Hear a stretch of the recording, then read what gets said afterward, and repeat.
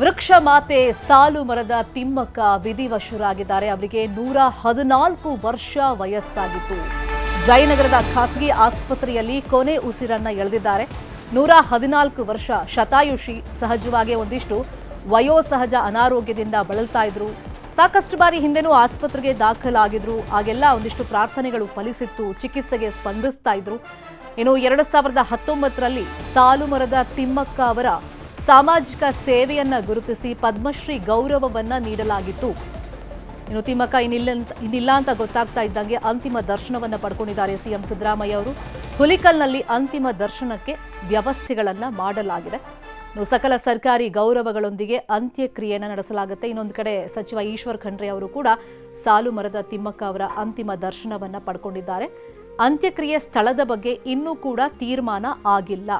ಆದರೆ ಹುಲಿಕಲ್ನಲ್ಲಿ ಅಂತಿಮ ದರ್ಶನಕ್ಕೆ ಎಲ್ಲ ವ್ಯವಸ್ಥೆಗಳಾಗಿದೆ. ಸರ್ಕಾರಿ ಗೌರವಗಳೊಂದಿಗೆ ಅಂತ್ಯಕ್ರಿಯೆ ನಡೆಸೋದಕ್ಕೂ ತಯಾರಿಗಳು ಸೂಚನೆಗಳೆಲ್ಲ ಕೊಟ್ಟಿದ್ದಾರೆ. ಬಟ್ ಎಲ್ಲಿ ಮಾಡಬೇಕು ಅಂತ್ಯಕ್ರಿಯೆ ಆ ಸ್ಥಳದ ಬಗ್ಗೆ ಇನ್ನೂ ಕೂಡ ತೀರ್ಮಾನವಾಗಿಲ್ಲ. ಇನ್ನು ಸಾವಿನಲ್ಲೂ ಕೂಡ ಒಂದು ಸಂದೇಶವನ್ನ ತಿಮ್ಮಕ್ಕ ಕೊಟ್ಟು ಹೋಗಿದ್ದಾರೆ ನಮಗೆ. ಅಂದರೆ ಪರಿಸರವನ್ನೇ ತನ್ನ ಮಕ್ಕಳು ಅಂತ ಹೇಳಿ ಪ್ರೀತಿಸಿದ್ದು ಸಾಲು ಮರದ ತಿಮ್ಮಕ್ಕ. ಕೊನೆ ಕ್ಷಣದವರೆಗೂ ಕೂಡ ಪರಿಸರದ ಬಗ್ಗೆ ಬಹಳಷ್ಟು ಕಾಳಜಿಯನ್ನ ಇಟ್ಕೊಂಡಿದ್ರು. ಸಾಕಷ್ಟು ಪ್ರಶಸ್ತಿಗೂ ಕೂಡ ಸಾಲು ಮರದ ತಿಮ್ಮಕ್ಕ ಭಾಜನರಾಗಿದ್ರು. ಶತಾಯುಷಿ, ಸುದೀರ್ಘವಾದಂಥ ಜೀವನವನ್ನು ಕಂಡಿದ್ದಾರೆ. ಇಂತಹ ವೃಕ್ಷ ಮಾತೆ ಇನ್ನಿಲ್ಲ ಅಂತ ಗೊತ್ತಾಗ್ತಾ ಇದ್ದಂಗೆ ವಿವಿಧ ಮಠಾಧೀಶರು, ರಾಜಕೀಯ ಗಣ್ಯರು, ಅದರಲ್ಲೂ ಸಿಎಂ ಸಿದ್ದರಾಮಯ್ಯ ಅವರು ಅಂತಿಮ ದರ್ಶನವನ್ನು ಪಡೆದಿದ್ದಾರೆ. ಈಶ್ವರ್ ಖಂಡ್ರೆ ಅವರು ಕೂಡ ಅಂತಿಮ ದರ್ಶನವನ್ನು ಪಡೆದಿದ್ದಾರೆ. ಇನ್ನು ಅಂತ್ಯಕ್ರಿಯೆ ಸಕಲ ಸರ್ಕಾರಿ ಗೌರವಗಳೊಂದಿಗೆ ನಾಳೆ ನಡೆಯುತ್ತೆ ಅನ್ನೋ ಮಾಹಿತಿ ಇದೆ. ಆದರೆ ಎಲ್ಲಿ ಅಂತ್ಯಕ್ರಿಯೆ ನಡೆಸಲಾಗುತ್ತೆ ಅನ್ನೋದ್ರ ಬಗ್ಗೆ ಇನ್ನೂ ಕೂಡ ಸ್ಥಳವನ್ನು ನಿರ್ಣಯ ಮಾಡಿಲ್ಲ, ನಿಗದಿ ಮಾಡಿಲ್ಲ. ರಾಜ್ಯ ಜನ ಅಜ್ಜಿನ ತುಂಬ ಪ್ರೀತಿಯಿಂದ ನೋಡ್ಕೊಂಡಿದ್ದೀರಾ ಸರ್. ಜನರಿಗೆ ಮತ್ತು ಎಲ್ಲ ಶಾಲಾ ಮಕ್ಕಳಿಗೆ ಧನ್ಯವಾದಗಳು ಸರ್. ಇಷ್ಟು ವರ್ಷ ಅಜ್ಜಿ ತುಂಬ ಚೆನ್ನಾಗಿ ಬದುಕಿದ್ದಾರೆ. ಅವ್ರ ದಾರಿಲೆಲ್ಲ ನೋಡಿದ್ರೆ ಸರ್.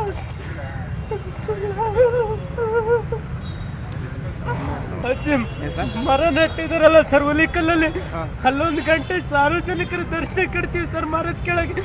ಅಜ್ಜಿ ಮರ ತುಂಬ ಪ್ರೀತಿ ಸರ್. ಕೊನೆ ಕಾಲದಲ್ಲಿ 20 ವರ್ಷ ಬೇಲೂರಲ್ಲೇ ಕಳೆದ್ರು ಸರ್. ಅಲ್ಲೊಂದು ಗಂಟೆ ಇಡ್ತೀವಿ ಸರ್. ನಂತರ ಮತ್ತೆ ಬೆಂಗಳೂರಿಗೆ ವಾಪಸ್ ತರ್ತೀವಿ ಸರ್.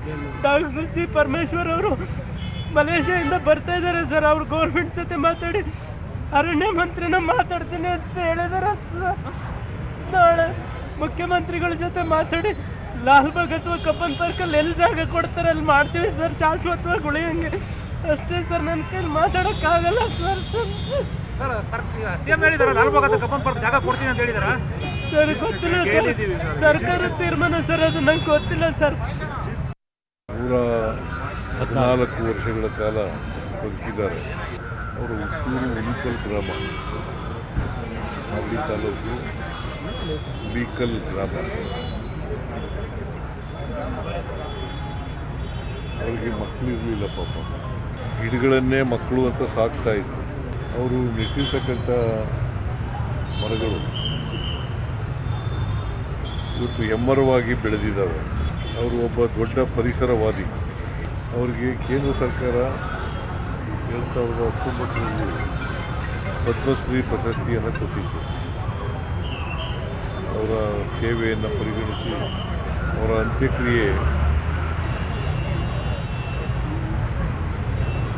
ಸರ್ಕಾರಿ ಗೌರವದಿಂದ ನಡೀತದೆ. ಅವರು ಕೊನೆಯ ಆಸೆ ಪತ್ರ ಕೊಟ್ಟಿದ್ದಾರೆ. ನಾನು ಅದನ್ನು ವಿಚಾರಣೆ ಮಾಡಿ ಬೇಲೂರಿನಲ್ಲಿ ಇದ್ದರು ಅಂತ ಹೇಳ್ತಾರೆ. ಬೇಲೂರಿನಲ್ಲಿ ನಾನು ಅದನ್ನು ವಿಚಾರ ಮಾಡ್ತೀನಿ. ಅಲ್ಲಿ ಅವರ ಏನು ಮಾಡಬೇಕು ಅಂತ ಇದ್ದಾರೆ. ಬೇಲೂರಿನಲ್ಲಿ ಒಂದು ಸಂಗ್ರಹಾಲಯ ಮಾಡಬೇಕು ಅಂತ, ತಿಮ್ಮಕ್ಕ ವಸ್ತು ಸಂಗ್ರಹಾಲಯ ಮಾಡಬೇಕು ಅಂತ ಇದ್ದಾರೆ. ಮತ್ತು ಎಫೆಕ್ಟ್ ಅವ್ರದ್ದು ಆಸೆ ಸರ್, ಕೊನೆ ಆಸೆ ಇದೆ. ಪತ್ರದಲ್ಲಿ ಇದೆ, ಅವ್ರ ಪತ್ರದಲ್ಲಿ ಹೌದು. ಅದೇ ತಿಮ್ಮಕ್ಕ ವಸ್ತು ಸಂಗ್ರಹಾಲಯ ಅದನ್ನು ಸರ್ಕಾರ ಪರಿಗಣಿಸುತ್ತೆ.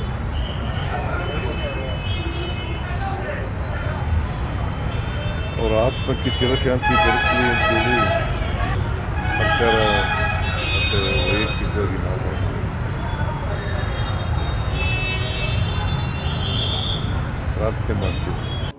ಸಾಲುಮರದ ತಿಮ್ಮಕ್ಕ ಭಾಳ ಹಿರಿಯ ಜೀವಿ ಮತ್ತು ವಿಶೇಷವಾಗಿ ಪರಿಸರವನ್ನು ರಕ್ಷಣೆ ಮಾಡಿದಂಥ ತಾಯಿ. ಅವರು ನಮ್ಮನ್ನು ಬಿಟ್ಟಾಗಲಿದ್ದಾರೆ ನಿಜವಾಗಲೂ ನಮಗೆ ತುಂಬಲಾರದಷ್ಟು ನಷ್ಟ ನಮ್ಮ ರಾಜ್ಯಕ್ಕಾಗಿದೆ ಅಂತಂದರೆ ಆಗಿದೆ. ಅವರ ಆತ್ಮಕ್ಕೆ ಶಾಂತಿಯನ್ನು ಕೋರ್ತೀನಿ. ಸಾಲುಮರದ ತಿಮ್ಮಕ್ಕ ತಾಯಿಯವರಿಗೆ ಇವತ್ತು ಅನೇಕ ರೀತಿಯ ಒಂದೇನು ಪದ್ಮಶ್ರೀ ಪ್ರಶಸ್ತಿ, ಡಾಕ್ಟರೇಟ್ ಪ್ರಶಸ್ತಿ, ರಾಜ್ಯೋತ್ಸವ ಪ್ರಶಸ್ತಿ, ನಾಡೋಜ ಪ್ರಶಸ್ತಿ, ಅನೇಕ ಕೇಂದ್ರೀಯ ವಿಶ್ವವಿದ್ಯಾಲಯದಿಂದ ಡಾಕ್ಟರೇಟ್ ಪ್ರಶಸ್ತಿ, ಹಲವಾರು ಪ್ರಶಸ್ತಿಗಳು ಅವರಿಗೆ ದೊರಕಿದ್ದಾವೆ. ಇವತ್ತು ಅವ್ರ ಬಗ್ಗೆ ಎಷ್ಟು ಹೇಳಿದ್ರು ಕಡಿಮೆನೇ ಇದೆ. ಕರ್ನಾಟಕ ಸರ್ಕಾರ ಇವತ್ತು ಅವರ ಹೆಸರಿನಲ್ಲಿ ಪಠ್ಯಕ್ರಮದಲ್ಲಿ 1ನೇ ತರಗತಿಯಿಂದ PUCವರೆಗೂ ಅವರೇನು ಸೇವೆ ಮಾಡಿದ್ದಾರೆ, ಯಾವ ರೀತಿಯಲ್ಲಿ ಮರಗಳ ಬಗ್ಗೆ, ಪರಿಸರದ ಬಗ್ಗೆ ಅವರಿಗೆ ಕಳಕಳಿ ಇತ್ತು ಅನ್ನುವಂಥದ್ರ ಬಗ್ಗೆ ಯುವಕರಲ್ಲಿ, ವಿದ್ಯಾರ್ಥಿನಿಯರಿಗೆ ಅರಿವು ಮೂಡಿಸುವಂಥದ್ದಕ್ಕೆ ಇವತ್ತು ಪಠ್ಯಕ್ರಮದಲ್ಲಿ ಸೇರಿಸಿದಂಥದ್ದು ಎಲ್ಲರಿಗೂ ಗೊತ್ತಿದ್ದ ವಿಷಯವಾಗಿದೆ. ಶತಾಯುಷಿಗಳಾಗಿ 114 ವರ್ಷ ಅವರು ಸಾರ್ಥಕವಾದಂಥ ಒಂದು ಬದುಕನ್ನು ಬದುಕಿದ್ದಾರೆ. ಹೀಗಾಗಿ ನಮ್ಮ ಅರಣ್ಯ ಇಲಾಖೆಗೆ ಅದರಲ್ಲಿ ಎಲ್ಲರಿಗೂ ಮಾದರಿಯಾಗಿದ್ದರು, ಅವರು ಆದರ್ಶಪ್ರಾಯರಾಗಿದ್ದರು. ಹೀಗಾಗಿ ಅಪೋಲೋ ಆಸ್ಪತ್ರೆಯಲ್ಲಿ 2ನೇ ನವೆಂಬರ್ಗೆ ಅವರು ಉಸಿರಾಟದ ತೊಂದರೆಯಿಂದ ದಾಖಲಾಗಿದ್ದರು. ಇವತ್ತು ಭಾಳಷ್ಟು ವೈದ್ಯರ, ಅಪೋಲೋ ಆಸ್ಪತ್ರೆ ಎಲ್ಲ ಸಿಬ್ಬಂದಿ ವರ್ಗದವರು ಅವರಿಗೆ ಭಾಳಷ್ಟು ಉತ್ತಮ ರೀತಿಯಲ್ಲಿ ಸೇವೆಯನ್ನು ಮಾಡಿದ್ದಾರೆ. ಹೀಗಾಗಿ ಅಜ್ಜಿಯನ್ನು ನಮ್ಮಿಂದ ಅಗಲಿ ಹೋಗಿದ್ದಾರೆ. ಭೌತಿಕವಾಗಿ ನಮ್ಮ ಜೊತೆಯಲ್ಲಿ ಅವರು ಇರಲಿಕ್ಕಿಲ್ಲ, ಆದರೂ ಅವರ ಕೆಲಸ ಕಾರ್ಯಗಳೇನಿದ್ದಾವೆ ಅವರೇನು ಇವತ್ತು ನಮಗೆ ಆದರ್ಶವನ್ನು ಕೊಟ್ಟಿದ್ದಾರೆ. ಗಿಡಗಳನ್ನೇನು ಬೆಳೆಸಿದ್ದಾರೆ, ಪರಿಸರ ಪ್ರಕೃತಿಯ ಬಗ್ಗೆ ಅವರು ಸಂರಕ್ಷಣೆ ಬಗ್ಗೆ ಕಳಕಳಿ ಇತ್ತು. ಇವತ್ತು ನಮ್ಮ ಸರ್ಕಾರದ ರಾಯಭಾರಿಯಾಗಿ ಇವತ್ತು ಅವರೇನು ಕೆಲಸ ಮಾಡಿದ್ದಾರೆ, ನಿಜವಾಗಿಯೂ ಭಾಳ ಎಲ್ಲರಿಗೆ ಆದರ್ಶಪ್ರಾಯರಾಗಿದ್ದಾರೆ. ಸಾಲುಮರದ ತಿಮ್ಮಕ್ಕ ಅವರು ನಮ್ಮ ಹೆಮ್ಮೆಯ ಕನ್ನಡತಿ. ಲಕ್ಷಾಂತರ ಸಸಿಗಳನ್ನ ಮಕ್ಕಳ ಥರ ನೆಟ್ಟು ಅದನ್ನು ಪೋಷಣೆ ಮಾಡಿದಂತಹ, ರಾಜ್ಯ ಪ್ರಶಸ್ತಿಯನ್ನು ಅನೇಕ ಪ್ರಶಸ್ತಿ ತಗೊಂಡಂತಹ ಎಲ್ಲ ಪದ್ಮಶ್ರೀ ತಗೊಂಡಿದ್ದಾರೆ. ಮತ್ತು 114 ವರ್ಷ ಶತಾಯುಷಿ ಇವತ್ತು ನಿಧನ ಹೊಂದಿರೋದು ಕರ್ನಾಟಕಕ್ಕೆ ಭಾಳ ತುಂಬಲಾರದ ಒಂದು ನಷ್ಟ ಆಗಿದೆ. ಭಾಳಷ್ಟು ಕರ್ನಾಟಕ ಒಂದು ಅಸೆಟ್ ಇವರು, ಒಂದು ಆಸ್ತಿ ಇವರು, ಅದನ್ನು ನಾವು ಕಳ್ಕೊಂಡಿದ್ದೀವಿ. ಕೆಲವೇ ಹೊತ್ತಲ್ಲಿ CM ಕೂಡ ಬರ್ತಿದ್ದಾರೆ. ನನ್ನ ಒಂದು ಅಪೇಕ್ಷೆ ಏನಿದೆ, ದಯಮಾಡಿ ಸಾಲುಮರದ ತಿಮ್ಮಕ್ಕರವರ ಒಂದು ಏನು ನಾವು ಇದು ಮಾಡ್ತಾಯಿದ್ದೀವಿ, ಬೆಂಗಳೂರಿನಲ್ಲೇ ನಾವು ಅವರನ್ನು ಇಲ್ಲೇ ಒಂದು ಸಮಾಧಿಯನ್ನು ಇಲ್ಲೇ ಸ್ಮಾರಕ ಮಾಡಬೇಕು. ಯಾಕೆ ಇಂದಿನ ಒಂದು ಮಕ್ಕಳಿಗೆ ಸಾಲುಮರದ ತಿಮ್ಮಕ್ಕನವರು ಏನೇನೋ ಒಂದು ಒಳ್ಳೆಯ ಕೆಲಸವನ್ನು ಮಾಡಿದ್ದಾರೆ, ಎಷ್ಟು ಮರಗಳು ನೆಟ್ಟಿದ್ದಾರೆ ಅಂತ ಅವ್ರದ್ದೇ ಒಂದು ಸ್ಮಾರಕವನ್ನು ಮಾಡಿ ಬೆಂಗಳೂರಿನಲ್ಲೇ ಅದನ್ನು. ಅದೇ ವಿಶ್ವವಾಗಿ ಇನ್ನಷ್ಟು ಡೀಟೇಲ್ ಆಗಿ ಇನ್ಫಾರ್ಮೇಷನ್ ಕೊಡ್ತಾ ಹೋಗೋದಕ್ಕೆ ನೇರ ಸಂಪರ್ಕದಲ್ಲಿ ಕನೆಕ್ಟ್ ಆಗಿದ್ದಾರೆ ನಮ್ಮ ರಿಪೋರ್ಟರ್ ಆಶಿಕ್ ಮುಲ್ಕಿ. ಸಾಲುಮರದ ತಿಮ್ಮಕ್ಕ ಅವರ ಕೊಡುಗೆ ಸಮಾಜಕ್ಕೆ ಅಪಾರ, ಅದರಲ್ಲೂ ಪರಿಸರದ ವಿಷಯ ಅಂತ ಬಂದಾಗ ಯಾವ ಥರ ಕಾಳಜಿ ವಹಿಸಬೇಕು ಅಂತ ಹೇಳಿ ನಮಗೆಲ್ಲ ಮಾದರಿ ಆದವರು ಸಂದೇಶವನ್ನು ಕೊಟ್ಟಿದ್ದಾರೆ. ಕೊನೆಯ ದಿನಗಳಲ್ಲಿ ತಮ್ಮ ಬಯಕೆಗಳ ಕುರಿತಂತೆ, ಆಸೆ ಕುರಿತಂತೆ ಏನೆಲ್ಲ ವ್ಯಕ್ತಪಡಿಸಿದ್ದಾರೆ ಪತ್ರದಲ್ಲಿ. ಮತ್ತೆ ಅಂತ್ಯಕ್ರಿಯೆ ಎಲ್ಲಿ ನಡೆಯುತ್ತೆ ಅಂತ ಏನಾದರೂ ಮಾಹಿತಿ ಸಿಗ್ತಾ ಇದೆಯಾ ಸರ್ಕಾರದ ಕಡೆಯಿಂದ?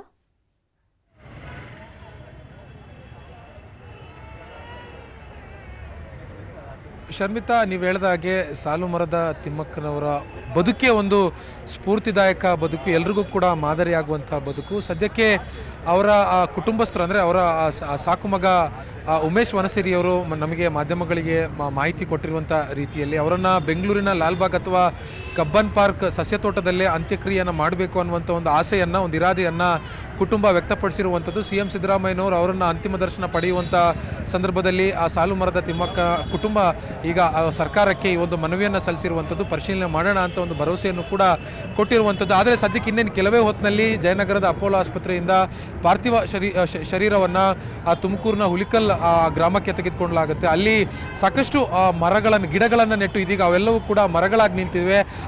ಅವರ ಕೈಯಿಂದ ನೆಟ್ಟಿರುವಂಥ ಮರದ ಕೆಳಗಡೆ ಆ ನೆರಳಿನಲ್ಲಿ ಕೆಲ ಹೊತ್ತು ಅವರ ಪಾರ್ಥಿವ ಶರೀರವನ್ನು ಇಟ್ಟ ಬಳಿಕ ಕಳೆದ 20 ವರ್ಷಗಳಿಂದ ಅವರು ಹಾಸನದ ಬೇಲೂರಿನಲ್ಲಿ ವಾಸವಿದ್ದರು. ಅವರ ಆ ಸುತ್ತಮುತ್ತಲೂ ಕೂಡ ಸಾಕಷ್ಟು ನೈಸರ್ಗಿಕವಾಗಿರುವಂಥ ಕೆಲಸ ಕಾರ್ಯಗಳಲ್ಲಿ ತಮ್ಮ ಆ ಇಳಿ ವಯಸ್ಸಿನಲ್ಲೂ ಕೂಡ ಶತಾಯುಷಿ ಅವರು ಕೆಲಸವನ್ನು ಮಾಡಿಕೊಂಡು ಓಡಾಡ್ಕೊಂಡಿದ್ರು. ಹೀಗಾಗಿ ಇವತ್ತು ರಾತ್ರಿ ಅಲ್ಲಿ ಅವ್ರನ್ನ ಸಾರ್ವಜನಿಕರ ದರ್ಶನಕ್ಕೆ ಅವಕಾಶ ಮಾಡಿಕೊಡ್ಲಾಗುತ್ತೆ. ನಾಳೆ ಬೆಳಿಗ್ಗೆ ಬೇಲೂರಿನಿಂದ ನೇರವಾಗಿ ಮತ್ತೆ ಬೆಂಗಳೂರಿಗೆ ತಂದು ಸರ್ಕಾರ ಇಲ್ಲಿ ಆ ಗೃಹ ಇಲಾಖೆ ಸೂಚನೆ ಕೊಟ್ಟಿರುವಂತೆ ರವೀಂದ್ರ ಕಲಾಕ್ಷೇತ್ರದಲ್ಲಿ ಅಂತಿಮ ದರ್ಶನ ಮಾಡೋದಕ್ಕೂ ಕೂಡ ವ್ಯವಸ್ಥೆಯನ್ನ ಮಾಡಿದ್ದಾರೆ. ಹೀಗಾಗಿ ನಾಳೆ ಇಡೀ ದಿನ ಬೆಂಗಳೂರಿನ ರವೀಂದ್ರ ಕಲಾಕ್ಷೇತ್ರದಲ್ಲಿ ಸಾರ್ವಜನಿಕರಿಗೆ ಅಂತಿಮ ದರ್ಶನವನ್ನು ಪಡೆಯೋದಕ್ಕೂ ಅವಕಾಶ ಇದೆ. ಮತ್ತೆ ಅವರು ಪದ್ಮಶ್ರೀ ಪುರಸ್ಕೃತರು ಕೂಡ ಆಗಿರೋದ್ರಿಂದ ಅವರಿಗೆ ಆ ಸರ್ಕಾರಿ ಗೌರವವನ್ನು ಕೊಡ್ತೀವಿ ಅನ್ನುವಂಥ ಮಾಹಿತಿಯನ್ನ ಸಿಎಂ ಸಿದ್ದರಾಮಯ್ಯನವರು ಕೊಟ್ಟಿರುವಂಥದ್ದು. ನಾಳೆ ಸಕಲ ಸರ್ಕಾರಿ ಗೌರವಗಳೊಂದಿಗೆ ಅವರ ಅಂತಿಮ ಕಾರ್ಯ ನಡೆಯುತ್ತೆ. ಇನ್ನೂ ಕೂಡ ಎಲ್ಲಿ ಅಂತ್ಯಕ್ರಿಯೆಗೆ ಜಾಗ ನಿಗದಿ ಮಾಡಲಾಗಿದೆ ಅನ್ನುವಂಥದ್ರ ಬಗ್ಗೆ ಸ್ಪಷ್ಟವಾಗಿರುವಂತಹ ಮಾಹಿತಿ ಇಲ್ಲ ಶರ್ಮಿತಾ. ಆದರೆ ಅವರ ಕುಟುಂಬಸ್ಥರು ಕಬ್ಬನ್ ಪಾರ್ಕ್ ಅಥವಾ ಲಾಲ್ಬಾಗ್ನಲ್ಲಿ ಅವರ ಅಂತಿಮ ಕ್ರಿಯೆಯನ್ನು ಮಾಡಬೇಕು ಅನ್ನುವಂಥ ಒಂದು ಆಸೆಯನ್ನು ಇರಾದೆಯನ್ನು ವ್ಯಕ್ತಪಡಿಸಿರುವಂಥದ್ದು ಶರ್ಮಿತಾ. ಥ್ಯಾಂಕ್ ಯು ಆಶಿಕ್, ಈ ಕ್ಷಣದ ಮಾಹಿತಿಯನ್ನು ಕೊಟ್ಟಿದ್ದಕ್ಕೆ.